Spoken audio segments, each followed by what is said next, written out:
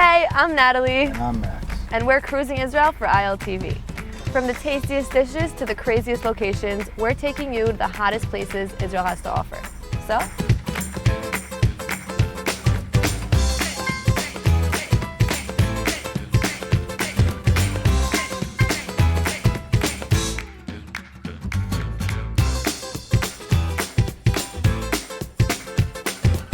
Max, are you ready for this week's adventure? I don't know, because after the skydiving and the cave climbing, it just really might be a little bit Well, too don't worry. If you're into jumping, flipping, climbing, we'll even join the kids. Oh, what is it? Let's go to iJump Trampoline Park. Okay, let's check it Let's out. go.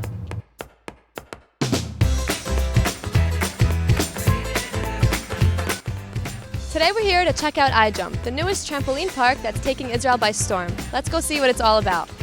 One of the first of its kind in Israel, the 2,000 square meter indoor park is equipped with massive trampolines that is all about jumping, flipping, and bouncing. So tell us a little bit about the park. Is it something new that just opened? It's new in Israel. We opened on July 2015. We basically opened this world to Israel. We saw the idea in the United States. My wife thought it was going to be a great idea after we made Aliyah. So we said, okay, let's give it a shot. And it really felt right for the Israeli market. What kind of people come here? Do you guys host events? The best thing to do here, it's mostly for the parties. So we're great for birthdays, if you want to have a really great birthday with your friend, and something that is completely new. So we have great packages here for birthdays. We do bar mitzvot, bat mitzvot, and then when we get older, so we really do everything. For companies, we have ODT, also sessions that we do with them. We have nights that are closed. We have different kind of groups that we have for children with ADD, ADHD. So we also cater to that type of clientele where they can come here and get that energy out and then be able to concentrate right after. So really want to open it to all different ages. Stuff that we didn't know when we opened it, but as we go along, we realize that it helps so many people not only to have fun, but also to be able to concentrate and bring it all out. So it looks like something that everybody can enjoy, all ages, and it makes me want to be a kid again. Absolutely, and you're invited to jump. You'll see that it's a lot of fun. You get on the trampoline, after a minute you realize, okay, there's a kid still stuck in every one of us, and it's a lot of fun. From toddlers to teenagers and even adults, iJump is a great time for all ages.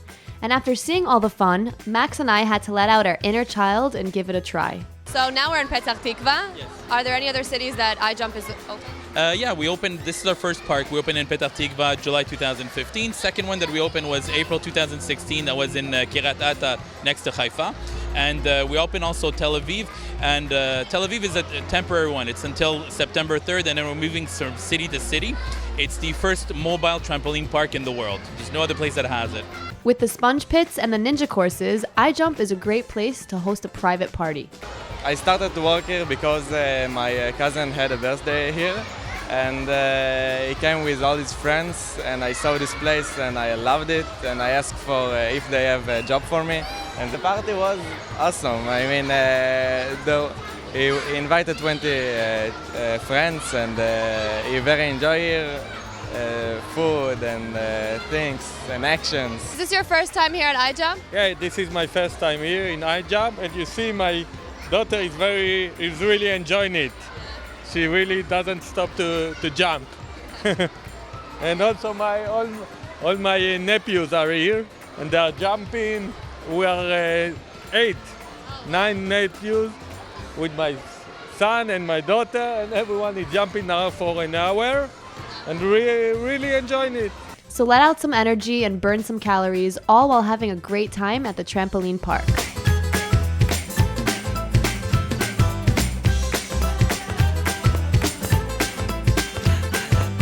I have a question for you. What? What is your favorite cuisine? You know, I like to eat based on my mood and whatever, but I mean, I could go just about anywhere. Why? Are you hungry? Could you guess where I'm going to take you? I don't know. Could be maybe Indian or Thai No, or nope, Japanese. you're never or going to guess, Max. You're Georgian?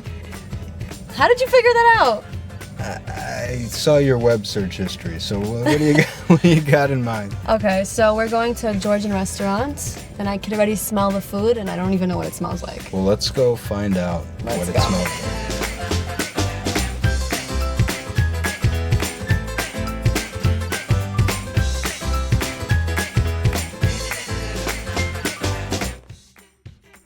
With Tel Aviv being the culinary capital, we decided to make our way to the beautiful area of Neve Tzedek and try some Georgian homemade comfort food.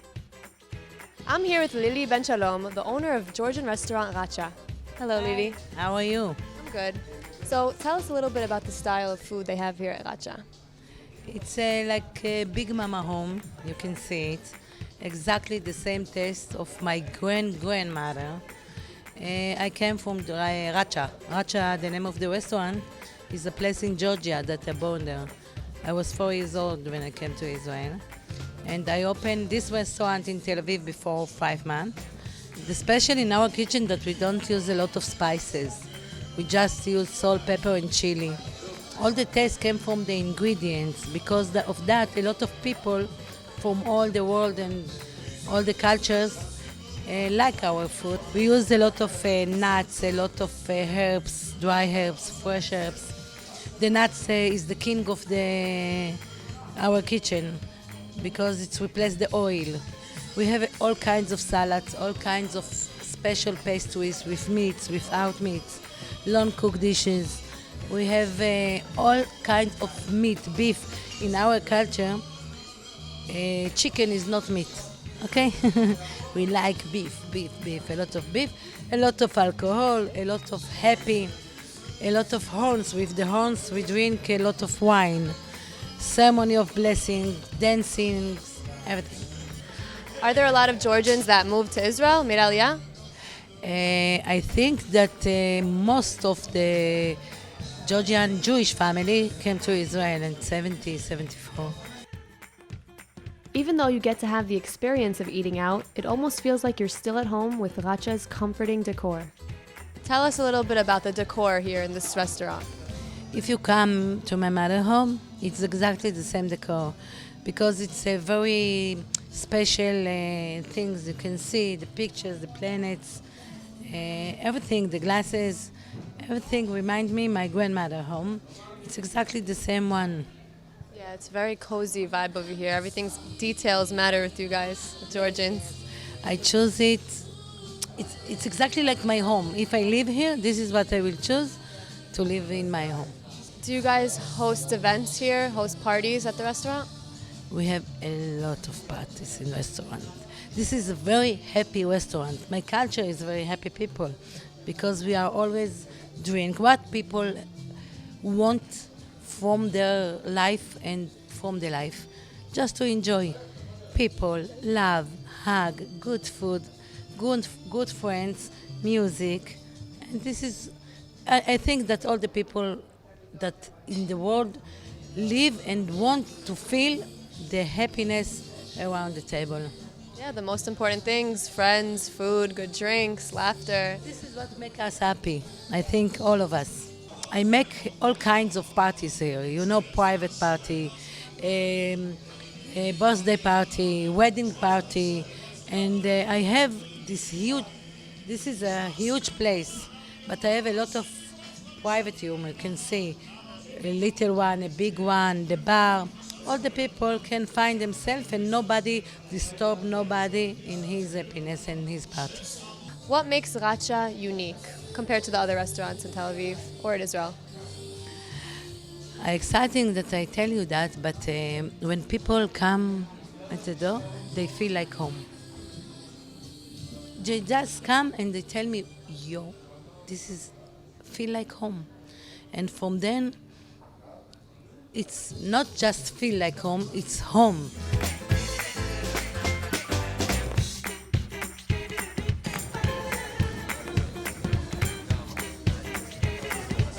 Tell us a little bit about the Georgian cuisines. All right. So the Georgian food, it's a festival of all. It's making with the fresh ingredients. Every day in our restaurant and basically in all Georgian kitchen, We prepare the food every day. Just an example, just to give you how much it take. When you make the spanachi, which is the leaf of mangold, which is a kind of spinach. Okay, we cook it every day. We in hot water, then we check it in cold water. Then it's got to be drained. Then you take it, you drain it, then you put it in the food processor.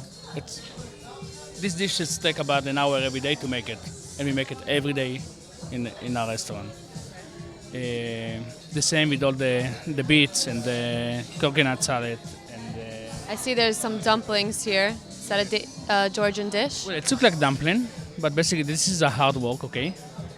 We talk first about the meat chinkali, which is very origin in Georgia. But, well, we are in Tel Aviv, and we must make some things a bit different, and also things about the vegan customer and the vegetarian customer. So we made here the vegetarian chinkali, which is a kind of three kind. We got the truffle one, we got the spinach one, and the beets one. And we make it the same every day in fresh made. Basically the same with all the stuffed dough, which is the chiburiaki, the chinkali, and the balini, which we don't have here. It's also the dough make every day. This kind of dough, we take it and it looks like simple. It looks like Looks a little like borekas. it looks like borekas, yeah. It looks like sambusak or something. But this is like we need to take it like in the machine about 17 times. Take it back, take it forth till you fold it, and then you make it. In Georgian kitchen, we have like many dishes which cook in a slow cook. Okay, the same kind of meat, but different way to make it. We have one they call salyanka, which is the spicy one. Got some vegetable. This one it's the chalia, which is a soft meat, cook about 4 to 6 hours, and we use rice in it and as well the pomegranate. Basically, if you can see in most dishes, we use lots of pomegranate. Walnuts is the king of the kitchen. Do you have any Israeli Mediterranean flavors on the menu, or is it strictly Georgian foods? It's a very strictly Georgian food, and I will explain why it's good also for the Israeli customer that come here. The Georgian food, it's got many spices in it, which is cilantro, black pepper, spicy seasoning, which all the Israeli people love spicy food. It's a bit of similar, but not in all the dishes, but most of the dishes the Israeli people feel like they're having like the homemade food. Thanks so much for speaking with us. We learned a lot about Georgian cuisines, and we can't wait to try it. Welcome. Cheers. Cheers.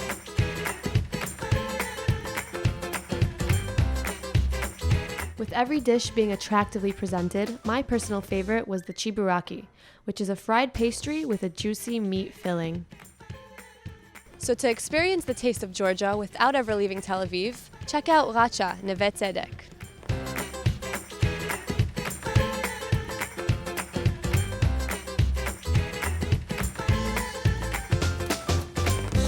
It's been too long since we were at the beach, Max. What's so long? We did the Sept, we did the My Beach, we did the It's the too long segways. ago. So decade. So what do you have planned for today at the beach? I have something really fun. We're going tubing. How does that sound? Actually, it sounds like a good time. Great, let's go.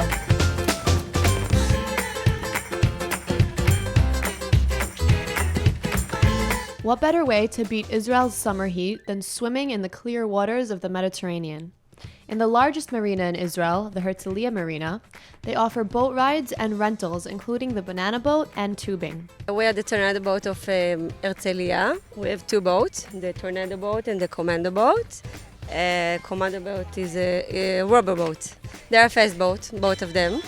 The black one is a little bit faster. We have a tubing here in Herzliya. The most popular months, I think it's July and August.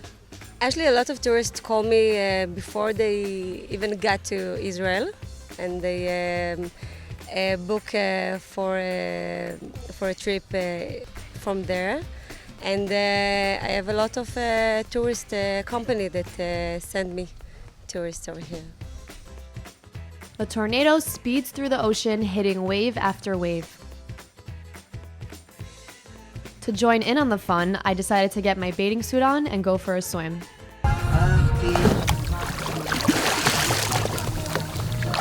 What are you guys doing here? We're here for our bat mitzvah.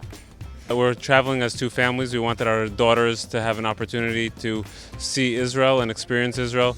Today, this was just one little fun part of our trip. We had a lot of meaningful experiences here, and we want them to see their homeland. We did so many things. Tell them some of the things we did. We went on a hot air balloon. And we went to the Blind Museum. Is this your first time visiting? No, I've been here many times, but Sydney's been here a few times. This is Alexa's first time here in Israel. Would you guys come back? Definitely, no doubt about it. One of our favorite places to visit. So from smooth sailing to extreme power rides, this is fun for the entire family. Natalie, it is that time once again. What does that mean? What time? Let me guess. To have a drink? On an empty stomach? So let's go eat then. Let's go And stuff our maybe faces. somewhere we can eat and have something to drink. How about Let's go to that? Jaffa. All right, let's do it.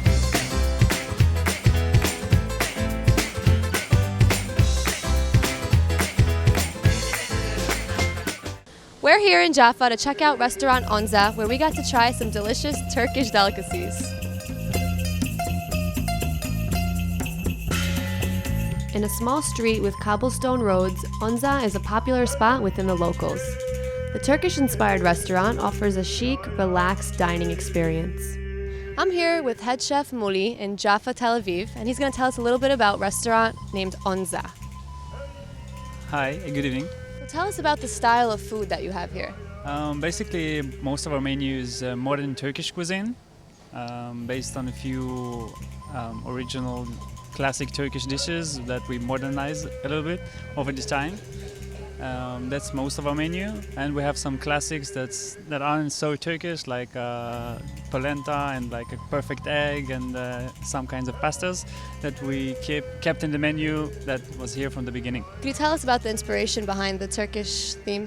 Yeah, of course. The other head chef, Arik, and I, we met like a few years ago in one of the restaurants we used to work, and we started talking about all these kinds of cuisine from all around the world. I'm originally Turkish, so I of course mentioned the Turkish cuisine, and he really liked it because he used to work in a few Turkish restaurants a few years ago. So we came up with an idea to like really make a full deep research of the whole Turkish cuisine. So we bought a lot of books and went all over the internet, talked to some friends, family, and gathered a lot of recipes, tried them at home, and wanting to modernize them a little bit so they will go nice with the Israeli palate. Have you been to Turkey? A lot of times, about 7 or 8 times. I try to go about once a year just to try the new food and see the ingredient, get new ideas and inspiration. You want to give us some examples of some Turkish cuisines? Yeah, we have a few Turkish classic, like a Turkish kebab that we made with pistachios and warm Turkish salad. We have a lahmacun. It's a canoe-shaped pastry with minced lamb, eggplant, parsley, and also a Turkish shawarma, of course. It's called doner, like they do in the streets of Istanbul. It's basically lamb grilled with pita bread and Lebanese cheese and herbs. And also a lot of Turkish desserts like knafe and malabi. Yeah. Malabi? Malabi's Turkish? Yeah. Malabi is originally Turkish. Yeah, most people don't know that. Yeah, we have our own version of like a modern malabi with coconut and tahini. Where did the name Onza come from? Onza is originally Spanish for ounce, and that's because all of our cocktails are ounce-based. That's where it came from. Tell us a little bit about the cocktails. Is it also Turkish inspired?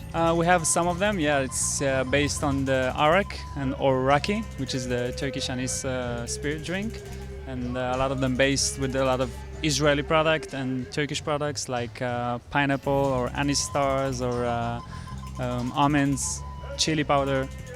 So it's Israeli style with a Turkish twist. It's like a fusion between Israeli and Turkish cuisines. During the evening, the restaurant fills up with Turkish music playing in the background. Wow, that's delicious. Cheers, Max. Right? It has like this cilantro Really flavor. tasty. I wasn't expecting it to be good. This area consists of many places, restaurants, coffee houses, bars, and also during daytime you have like a real huge flea market, like second-hand things, like thrift shops that we have all around. A lot of tourists come here because it's a very nice area. You can see some really classic Muslim architecture all around, combined with modern restaurants and bars, and it's a very nice and hip place. So for good vibes and even better food, the heart of Jaffa has it all. Max, you're a beer lover, am I right? I've been known to drink a few pints here and there. So what if I told you that I have something planned for us that's even better than beer? Better than beer? Well, now I'm interested. But what is it? So we're going to Tishbe Winery. Winery? Okay. You're gonna love it, I promise. Let's check it out.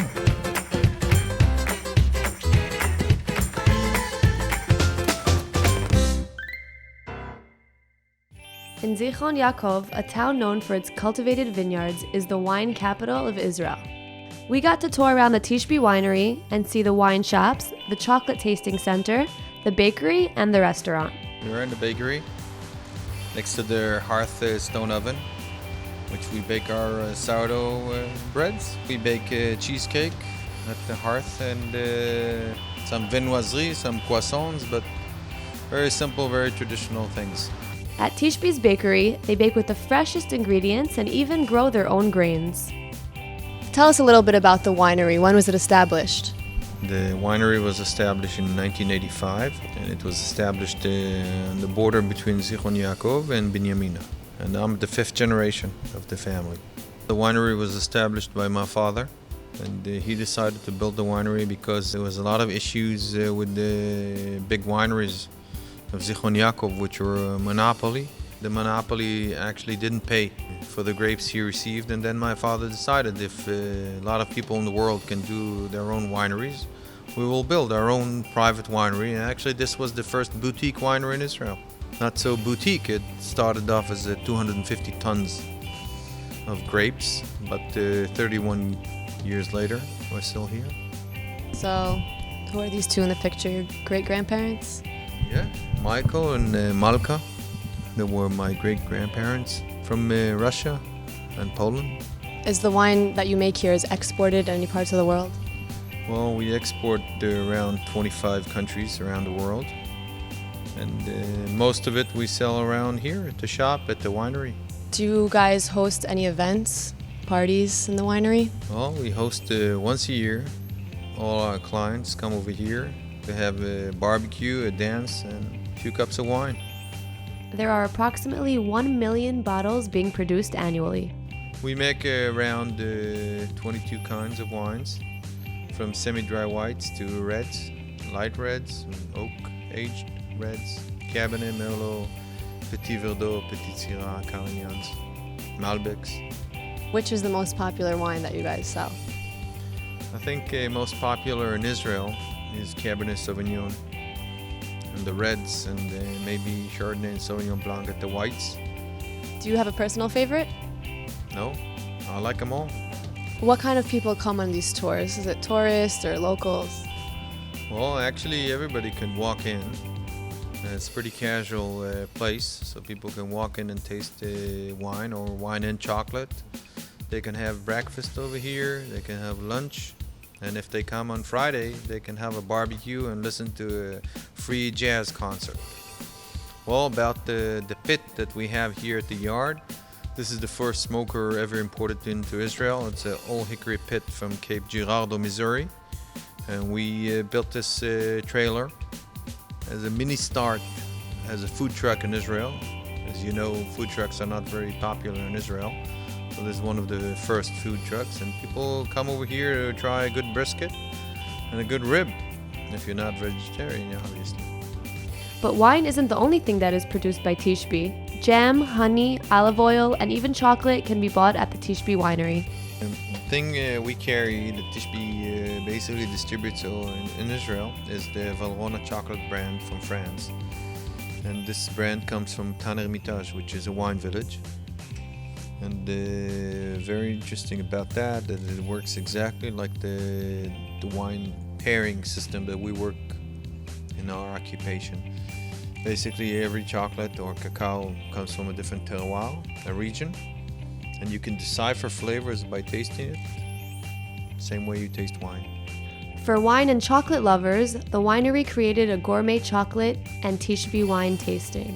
We have whites and we have dark and we have milk, but the thing we do best is basically help people pair the chocolate they need for the kind of souffle, cake or cream that they want to make. So we have consulting chefs in the premises, or we end up showing up in the restaurants and teach them how to work with it. People come here, the combination of chocolate and wine is very easy. They can taste the dark chocolate from a single region in the world, from a single vineyard in wine.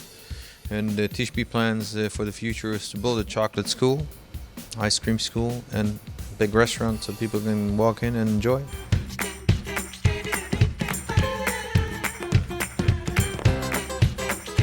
That's all the cruising we have for you today. Join us again next Sunday. And remember, on iltv.tv, we cruise Israel 24/7. Bye-bye. Bye.